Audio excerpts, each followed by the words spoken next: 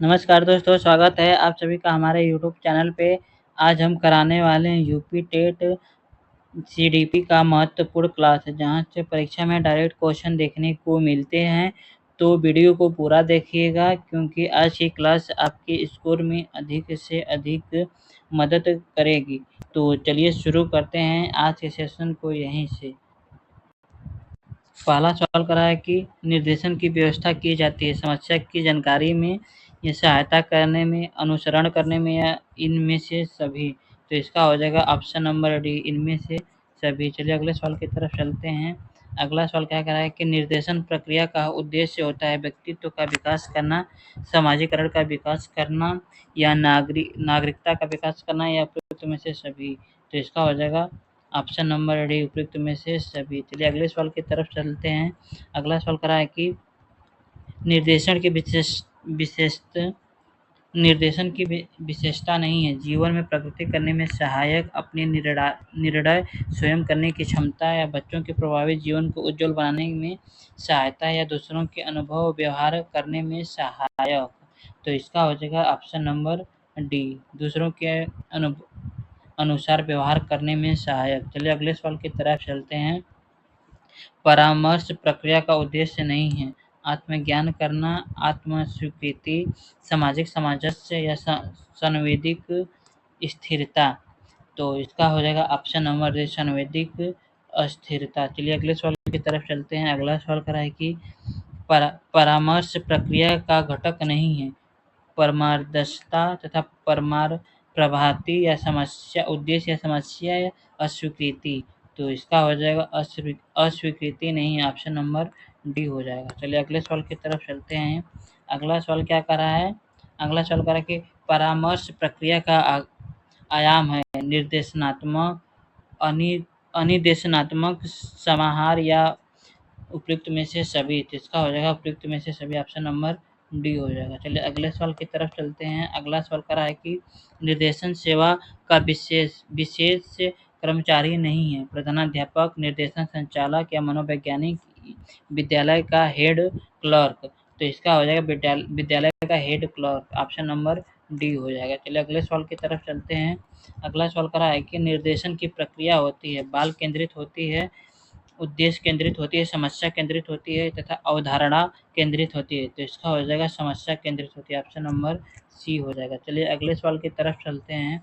अगला सवाल है कि निर्देशन की प्रक्रिया है दीर्घ दीर्घ है, सरल है, सांस्कृतिक है, व्यक्तिगत है। तो इसका ऑप्शन नंबर 4 हो जाएगा, व्यक्तिगत है, ऑप्शन नंबर डी सही है। चलिए अगले सवाल की तरफ चलते हैं। अगला सवाल करा है कि निर्देशन किस आयु के व्यक्तित्व को समानतः दिया जाता है? बाल्यावस्था में, किशोरावस्था में, प्रौढ़ावस्था में, या किसी भी आयु में? तो इसका हो जाएगा ऑप्शन नंबर डी, किसी भी आयु में दिया जाता है। चलिए अगले सवाल की तरफ चलते हैं। निर्देशन के संबंध में क्या सत्य नहीं है? निर्देशन समस्या पर बल देता है, और दूसरा निर्देशन सतत चलने वाली प्रक्रिया है, निर्देशन मात्र सामूहिक रूप से दिया जाता है, निर्देशन समान एवं विशिष्टकृत सेवा है। तो इसका हो जाएगा ऑप्शन नंबर सी, निर्देशन विशेष मात्र सामूहिक रूप से दिया जाता है। चलिए अगले सवाल की तरफ चलते हैं। अगला सवाल करा है कि निर्देशन सहायक है नई नई आर्थिक नीति से उत्पन्न समस्या के समाधान में, और दूसरा है कि वर्तमान संदर्भ के पारिवारिक ढांचे के संतुलन में, तीसरा है कि नैतिक मूल्यों के उत्थान में, चौथा है कि उपयुक्त में से सभी। तो इसका हो जाएगा ऑप्शन नंबर डी, उपयुक्त में से सभी। चलिए अगले सवाल की तरफ चलते हैं। अगला सवाल क्या करा है कि निर्देशन के प्रयोजन के संबंध में क्या सत्य है? तो देखिए क्या सत्य है। तो इसका हो जाएगा निर्देशन तनाव एवं कुंठा बढ़ाता है, निर्देशन व्यक्ति की केवल शैक्षिक आवश्यकताओं को पूर्ति करता है, तीसरा है कि निर्देशन शिक्षित बेरोजगारों की सहायता नहीं करता है, तीसरा है कि जनसंख्या में तीव्र वृद्धि के कारण गहन एवं व्यापक निर्देशन की आवश्यकता होती है। तो इसका ऑप्शन नंबर डी सही है, जनसंख्या के तीव्र वृद्धि के कारण गहन एवं व्यापक निर्देशन की आवश्यकता। चलिए अगले सवाल की तरफ चलते हैं। अगला सवाल कर रहा है कि विभिन्न क्रियाकलापों के कार्यक्रम की योजना तैयार करने में व्यक्तित्व की सहायता करनी चाहिए। किस प्रकार का निर्देशन है? शैक्षिक निर्देशन, व्यावसायिक निर्देशन, व्यक्तिगत निर्देशन या सामुदायिक निर्देशन? तो इसका हो जाएगा व्यक्तिगत निर्देशन, ऑप्शन नंबर सी हो जाएगा। चलिए अगले सवाल की तरफ चलते हैं। निम्नलिखित में से क्या निर्देशन का सिद्धांत नहीं है?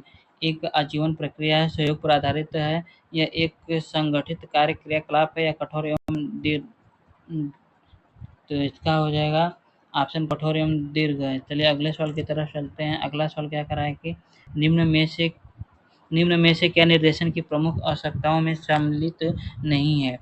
क्या वैश्विक विभिन्नता में भिन्नता, जीविका के अवसर समायोजन की आवश्यकता, या कुंठाग्रस्त जीवन? तो इसका हो जाएगा कुंठाग्रस्त जीवन, ऑप्शन नंबर डी हो जाएगा। चलिए अगले सवाल की तरफ चलते हैं। अगला सवाल करा कि पाठ्यक्रम में व्यवसाय के संबंधित विषय है, वाणिज्य है, ललित कला है, गृह है, या 17वां उपयुक्त में से सभी? तो इसका हो जाएगा वाणिज्य, ऑप्शन नंबर ए हो जाएगा। चलिए अगले सवाल की तरफ चलते हैं। अगला सवाल कह रहा है कि निम्न में से किस स्तर पर निर्देशन की आवश्यकता नहीं होती है? बाल्यावस्था में, प्रौढ़ावस्था में, वृद्धावस्था में, या इनमें से कोई नहीं? तो इसका हो जाएगा इनमें से कोई नहीं, ऑप्शन नंबर डी हो जाएगा। चलिए अगले सवाल की तरफ चलते हैं। अगला सवाल कह रहा है कि प्राथमिक स्तर पर निर्देशन के रूप में कौन कार्य करता है? ऑप्शन नंबर ए मित्र, दूसरा हो गया सहपाठी, तीसरा प्रधानाध्यापक, चौथा हो गया अध्यापक। तो इसका हो जाएगा ऑप्शन नंबर डी अध्यापक। चलिए अगले सवाल की तरफ चलते हैं। अगला सवाल कह रहा है कि विद्यालय में कौन निम्नलिखित में से कौन विद्यालय की प्राथमिक तथा उच्च माध्यमिक शिक्षा के बीच की कड़ी है? किंडरगार्टन विधि, उच्च माध्यमिक शिक्षा, या माध्यमिक विद्यालय, या चौथा इनमें से कोई नहीं? तो इसका हो जाएगा माध्यमिक विद्यालय, ऑप्शन नंबर सी हो जाएगा। चलिए अगले सवाल की तरफ चलते हैं। अगला सवाल कह रहा है कि उच्च शिक्षा स्तर का निर्देशन करते समय किन किन बातों का विशेष ध्यान रखना चाहिए? विद्यार्थी की आकांक्षा, योग्यता एवं रुचि का, महाविद्यालय की स्थिति का, महाविद्यालय में प्रवेश की शर्तों का, चौथा हो जाएगा उपयुक्त में से ये सभी। तो इसका हो जाएगा उपयुक्त में से सभी, ऑप्शन नंबर डी सही हो जाएगा। चलिए अगले सवाल की तरफ चलते हैं। अगला सवाल करा है कि शिक्षा के क्षेत्र में किस स्तर पर व्यावसायिक शिक्षा पर बल दिया जाता है? प्राथमिक स्तर पे, माध्यमिक स्तर पे तथा उच्च माध्यमिक स्तर पे? तीसरा चौथा हो गया महाविद्यालय स्तर पे। तीसरा हो जाएगा माध्यमिक स्तर पे, ऑप्शन नंबर बी हो जाएगा। चलिए अगले सवाल की तरफ चलते हैं। अगला सवाल कर रहा है कि कक्षा अधिगम तथा निर्देशन में निहित मनोविज्ञानिक के सकारात्मक कारकों में शामिल नहीं है? अभिप्रेरणा, अभिरचना, अधिगम, प्रगति मूल्यांकन तथा अति धारणा की लंबी अवधि। तो इसका हो जाएगा अति अधारणा की लंबी अवधि, ऑप्शन नंबर डी हो जाएगा। चलिए अगले सवाल की तरफ चलते हैं। अगला सवाल कह रहा है कि बच्चे अनुचित व्यवहार क्यों करते हैं? नियमों का ज्ञान है, घर एवं विद्यालय के नियमों में समरूप समानता, कुंठा का अभाव, या मनोवेग या भावनाओं की वस्तुओं या व्यक्तित्व का विस्थापन होना? तो इसका हो जाएगा घर एवं विद्यालय के नियमों का समरूप होना, ऑप्शन नंबर बी हो जाएगा। चलिए अगले सवाल की तरफ चलते हैं। अगला सवाल कर रहा है कि व्यक्तिगत निर्देशन में निम्नलिखित में से कौन सा पक्ष सम्मिलित है? नैतिक, धर्म तथा भावात्मक, और हो गया, या उपयुक्त में से सभी?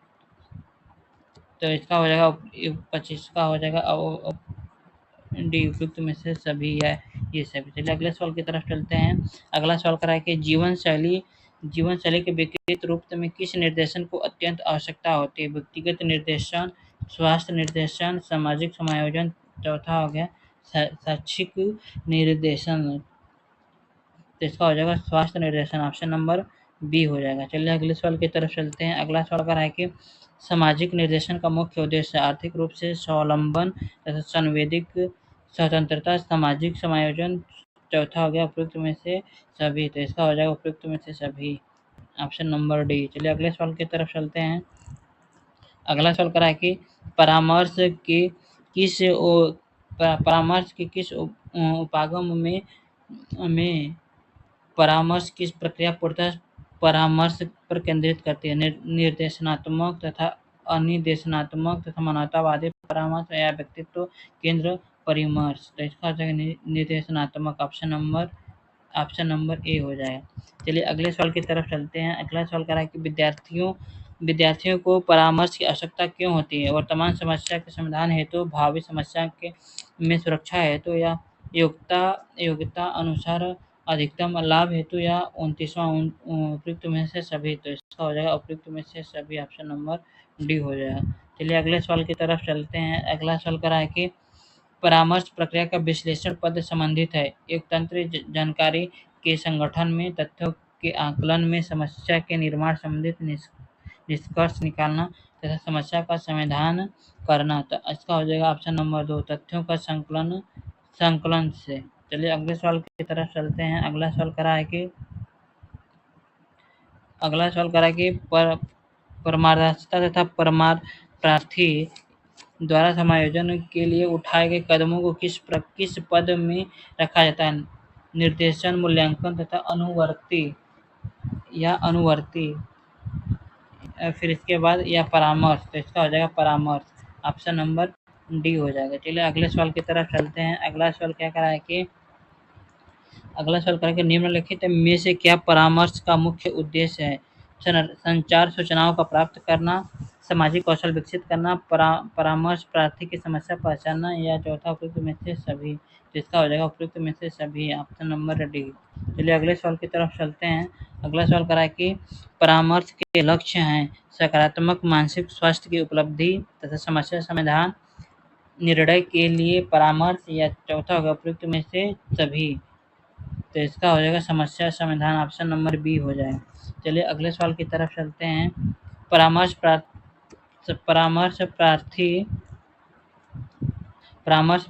प्रार्थी तथा परामर्शदाता पर निर्भर होना शुरू कर देता है। परामर्श के इस उपागम को कहा जाता है समस्या समाधान उपागम, या निर्देशनात्मक उपागम, या अनिर्देशनात्मक उपागम, या समन्वित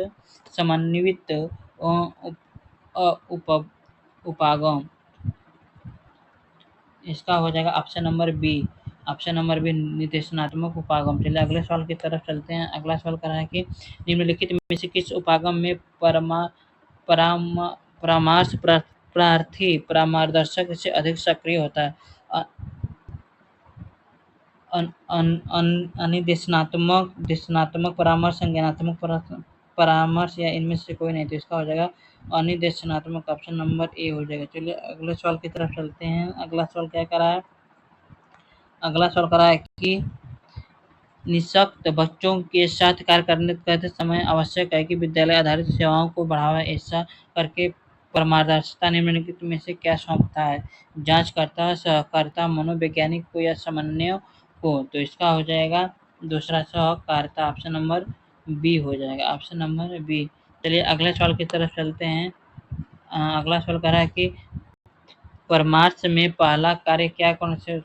शिक्षार्थियों में परामर्श की आवश्यकता उत्पन्न करना, दूसरा शिक्षार्थियों के तालमेल स्थापित करना, और तीसरा है कि आत्मविश्लेषण की स्थिति उत्पन्न करना, समस्याओं को लेकर मुक्त चर्चा करना। तो इसका हो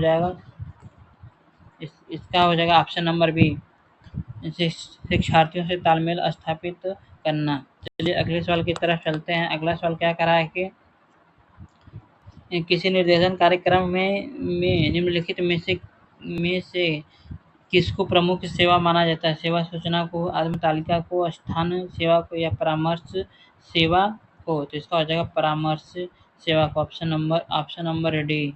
बी नहीं, ऑप्शन नंबर डी। चलिए अगले सवाल की तरफ चलते हैं।